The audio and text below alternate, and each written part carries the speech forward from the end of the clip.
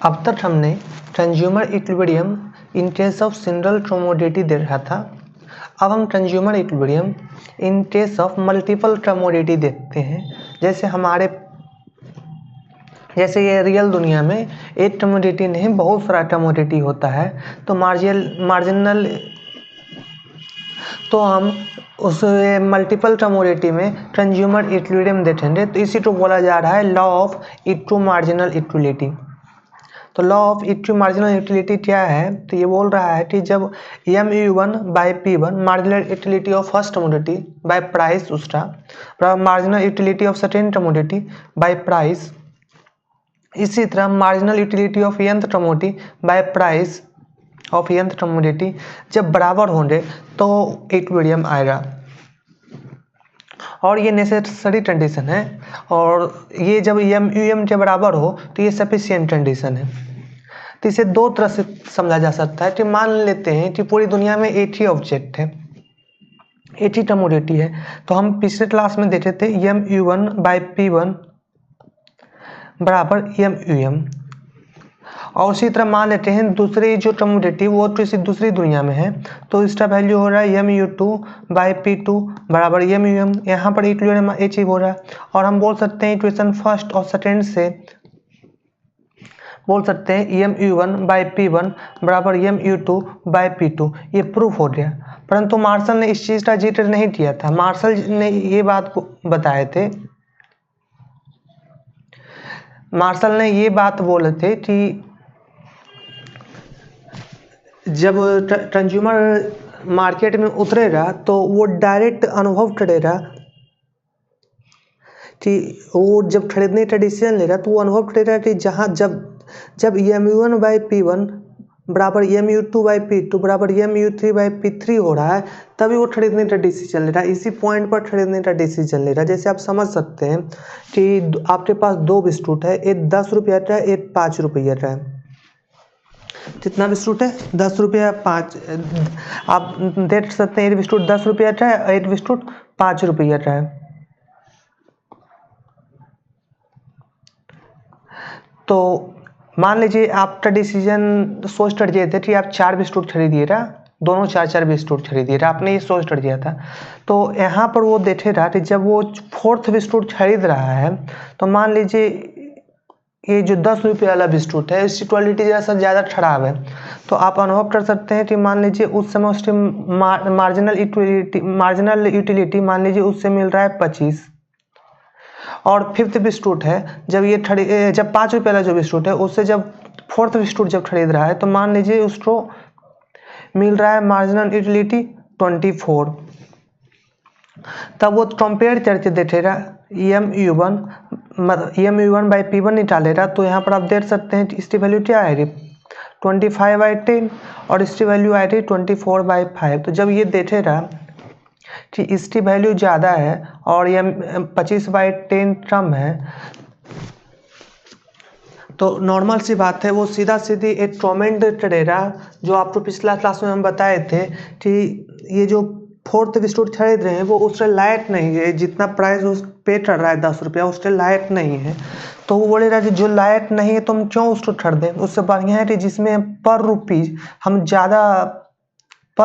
ज़्यादा जिसमें यूटिलिटी प्राप्त कर रहे हैं, खुशी प्राप्त कर रहे हैं, हम वो खरीदेंगे। तो वो ये खरीदने जाएगा। और जब ये खरीदने का डिसीजन लेगा, मानिए 4th बिस्कुट से ये जब 5th बिस्कुट खरीदने के लिए जाएगा, तो हो रहा क्या कि ये जो यहाँ पर 24 मार्जिनल यूटिलिटी मिल रही है, ज़्यादा कमोडिटी सेम चीज़ कंज्यूम करेंगे तो यूटिलिटी कम मिलेगी। तो 24 से कम मिलेगी, तो मान लीजिए मिलती है 20, तो 20/5 आ जाएगा MU2/P2 की प्राइस। और यहाँ पर जब हम 3rd बिस्कुट मात्र 3 बिस्कुट ही खरीद रहे हैं, तो 3rd बिस्कुट में मान लीजिए 25 नहीं 30 यहाँ पर यूटिलिटी मिलेगा, क्योंकि 4थे बिस्कुट कंज्यूम करने के समय 25 यूटिलिटी मिल रही मार्जिनल यूटिलिटी। तो 3rd बिस्कुट खरीदने के समय में क्या हो रहा है कि ज़्यादा मार्जिनल यूटिलिटी मिलेगा। आपने देखा हो रहा कि जो हमने 4th एज्यूम्पशन लिया था diminishing marginal utility of commodity, मतलब जितना हम कमोडिटी कंज्यूम करते जाते हैं तो नेक्स्ट लेवल पर हमको मार्जिनल यूटिलिटी टर्म मिलते जाता है। तो इस टर्म यहाँ पर जब हम 3 ही कंज्यूम कर रहे हैं तो थर्ड में हमको कितना मार्जिनल यूटिलिटी मिलेगा, मान लेते हैं 30 मिलेगा और वाई 10।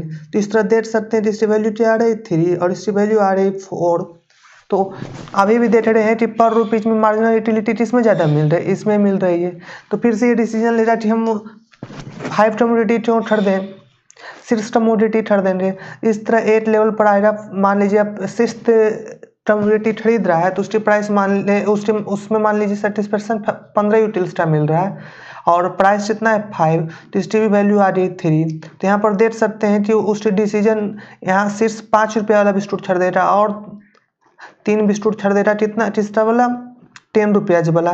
तो यहाँ पर वो देख रहे हैं वो मार्केट में जाते ही अनकॉन्शियसली mu1/p1 बराबर mu2/p2 बराबर mu3/p3 mun/pn कर लेता है और उसके बाद अनकॉन्शियसली उसको इक्वेट कर देता है जितना वो प्राइस पे कर रहा है। मतलब जैसे पर जैसे mu1/p1 क्या है, पर रुपीज कितना आप सेटिस्फेक्शन खरीद रहे हैं तो उसको इक्वेट किससे कर दे रहा है, वो पर रुपीज कितना सेटिस्फेक्शन पे कर रहा है तो कितना सेटिस्फेक्शन लूज कर रहा है एम तो इससे इक्वेट कर दे रहा है। इस तरह से हमारा इसका सफिशिएंट कंडीशन मिल जाता है। तो अब तक आप समझ चुके होंगे कि law of equity marginal utility क्या है। इसी के मदद से एक बहुत इंपॉर्टेंट कॉन्सेप्ट समझ में आता है, डायमंड वाटर पैराडॉक्स इसे कहते हैं। क्या बोलते हैं, डायमंड वाटर पैराडॉक्स। तो ये डायमंड वाटर पैराडॉक्स ये बोलता है, पैराडॉक्स मतलब होता है विरोधाभास। पैराडॉक्स मतलब होता है विरोधाभास।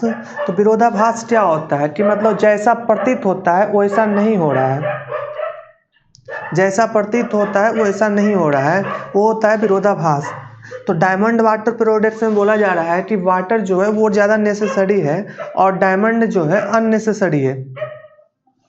तो हमें ऐसा प्रतीत होना चाहिए था कि नेसेसरी वस्तु वाटर की प्राइस ज़्यादा होना चाहिए था, लेकिन यहाँ उल्टा हो रहा है कि डायमंड का प्राइस लाखों करोड़ों में होता है और वाटर की प्राइस 2 रुपये 4 रुपया कभी नहीं होता है। तो क्यों होता है, तो यहाँ पर मार्शल साहब बता रहे हैं कि जो प्राइस डिसाइड होता है वो टोटल यूटिलिटी के आधार पर नहीं होता है। मतलब वाटर के टोटल यूटिलिटी के आधार पर प्राइस नहीं आधारित होता है। यहाँ पर आप देख सकते हैं कि वाटर का यूटिलिटी टोटल यूटिलिटी पूरी दुनिया में ज़्यादा हो सकता है और डायमंड का टोटल यूटिलिटी कम हो सकता है, लेकिन इसकी प्राइस डिसाइड हो रही मार्जिनल यूटिलिटी के आधार पर। और मार्जिनल यूटिलिटी तो अब वाटर की मार्जिनल यूटिलिटी क्या है ये कैसे हम जान सकते हैं। तो यहाँ आप एक चीज़ गौर कीजिए